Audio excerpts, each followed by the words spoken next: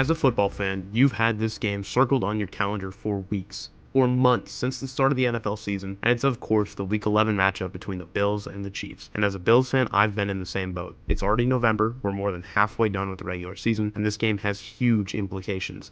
Patrick Mahomes and the Chiefs are atop the AFC with a 9-0 record, the only unbeaten team left, and they're looking to become the 19th team to start 10-0. While on the other hand, the Bills are 8-2 with the best record they've had under Josh Allen and Sean McDermott, and are looking to prove something to the NFL world and themselves. This team has owned the Bills, not in the regular season, but in the playoffs. Since Josh Allen has been in the league, he has a 5-5 playoff record, 0-3 versus the Chiefs. This game means so much and will most likely give us fans a preview into what's to come in January. This game means so much more to each team than the eye can tell, and in this video, I'm going to be going deeper into the meaning of these two rivals. First, let's look at the Chiefs. The Chiefs enter Week 11 as the NFL's only unbeaten team at 9-0, but their upcoming matchup against the Bills will test them like no other game this season. While their record speaks to their ability to consistently pull out victories, cracks in their performances on defense and offense demand a lot of attention. As John Madden says, winning is like deodorant, which means it masks up flaws of winning teams, because why change something when our record is undefeated? And a big flaw that I see in this Kansas City team is not offensively, but defensively in their pass rush. Right now, Kansas City's defense ranks 26th in the NFL in sacks, recording only 19 through 9 games, compared to 31 as they had last year at this point. Injuries and underwhelming contributions from key defensive players have slowed their pass rush. Defensive cornerstone Chris Jones, despite starting the season strong, hasn't logged a single sack since Week 4. Charles Omenihu, back from an ACL injury, has yet to regain his impact form.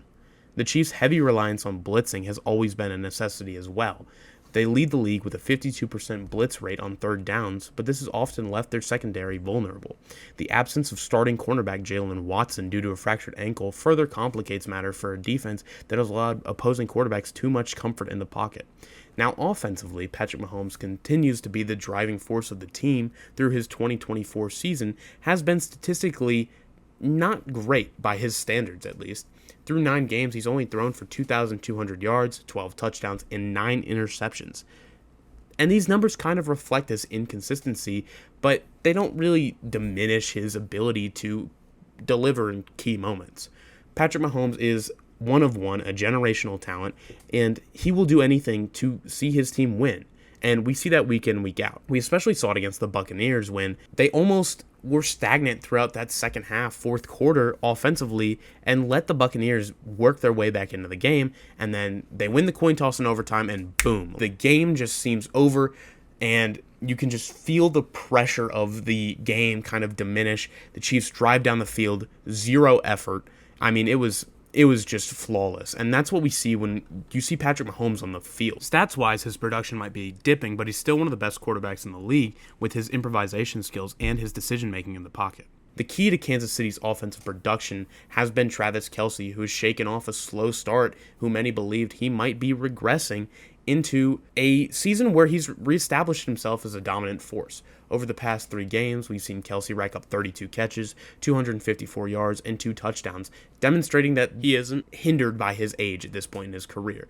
The Chiefs' greatest strength, though, lies in their ability to remain composed in high-stress situations. They've won 12 of their last 15 in one-score games, a testament to their discipline, execution, and ability to capitalize on opponents' mistakes. Their experience and resilience makes them the team that thrives on finding ways to win. We see that with the Steelers, but nobody does it like the Chiefs. For Kansas City to extend their unbeaten streak, they'll need their defense to generate consistent pressure on Josh Allen, which they have proven to do in the past. Offensively, Mahomes and Kelce must continue to set the tone with the Bills defense, who lets up a decent amount of yards to tight ends because they don't have that key linebacker safety guy who can come in and guard the tight end spot throughout the game. Now they have Terrell Bernard, who's a great coverage linebacker, but they also need him kind of in a run support role, with Kareem Hunt kind of breaking out once again for this Chiefs team. Now, Taron Johnson, a great slot cornerback, probably the best in the league. You'll see him matched up on Travis Kelce a lot. but this matchup hasn't really proven well for Taron Johnson in the past. This game will be a significant test for the Chiefs, but their ability to adapt and deliver under pressure is going to be a key factor in their success. Starting with the Bills' offense, it's been a roller coaster ride this season. While they've shown flashes of brilliance, consistency has been an issue. They rank 14th in the NFL for third down conversion rate at 39.66%, a far cry from the Chiefs, who lead the league at an impressive 52%. At the same time, Buffalo's offense has struggled to stay in rhythm, often taking off entire quarters before finding their footing. This pattern proved costly in their loss to the Ravens, where the Bills fell early and were trying to claw their way back in the third quarter. Questionable fourth down call kind of ended the game pretty early on in that third quarter. Now, looking at Josh Allen, though, he's having a really good season in terms of ball security and doing what it takes to win, but he hasn't been his usual dual threat self. Due to this injury, offensive coordinator Joe Brady has leaned on the running backs Ray Davis and James Cook more heavily in both the run game and passing game. For Buffalo to be able to stand a chance against the Chiefs come Sunday, they'll need a dynamic attack that can capitalize on both run and pass opportunities. Now let's look at the Bills' defense, where I believe they truly shine. They boast the NFL's best turnover to takeaway ratio at plus 13. The next team is at plus 9, so they have a lead of over 4 turnovers. And their defense averages 1.9 takeaways per game, ranking 4th in the league. This unit is resilient despite injuries to key players like Matt Milano, who's been on injured reserve all season, and others like Terrell Bernard, Taron Johnson, and Christian Benford, all missing significant time. Even with these setbacks, though, head coach Sean McDermott has proved that he can keep this defense competitive and demonstrates his ability to adapt and strategize effectively. Against the run, however, that's where Buffalo's defense seems to lack. They allowed Derrick Henry a monster game in the Bills' game against the Ravens in Week 4, but completely shut down Kenneth Walker in Seattle. This inconsistency raises a lot of questions about how they'll be able to handle the Chiefs' dual-threat offense, led by Patrick Mahomes and Kareem Hunt. Not to mention Kansas City's keen tendency to exploit defensive lapses. And on the flip side, the Chiefs have had their challenges too. While their offense thrives on third down, they're sitting at number 22 in turnover to takeaway ratio at -4, where the Bills thrive at number 1 with plus 13.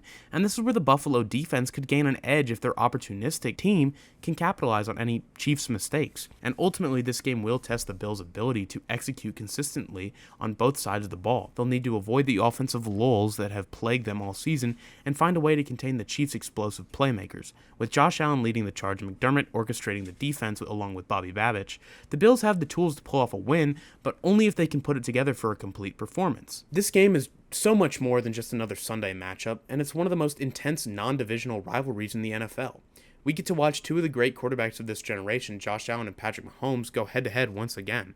But it's not just about the quarterbacks. This game holds so much more significance. This marks only the 5th ever meeting between two teams with 8 or more wins in Week 11, and in each of the previous 4 instances, the home team has emerged victorious. For the Bills, this game should mean so much more, as for years the Bills have had to wake up and reflect on how each season has ended under Josh Allen's leadership, with 3 of those seasons ending in heartbreak at the hands of the Chiefs and Mahomes. Each year it seems like this heartbreak intensifies, from the blowout loss in 2021 in the AFC Championship to the devastating overtime loss after the Gabe Davis legacy performance to last year's absolutely gut-wrenching wide right miss by Tyler Bass, and each of these losses has been emotionally taxing for the team, their fans, their coaches, their front office, and the Chiefs have become a nightmare matchup for the Bills in the playoffs.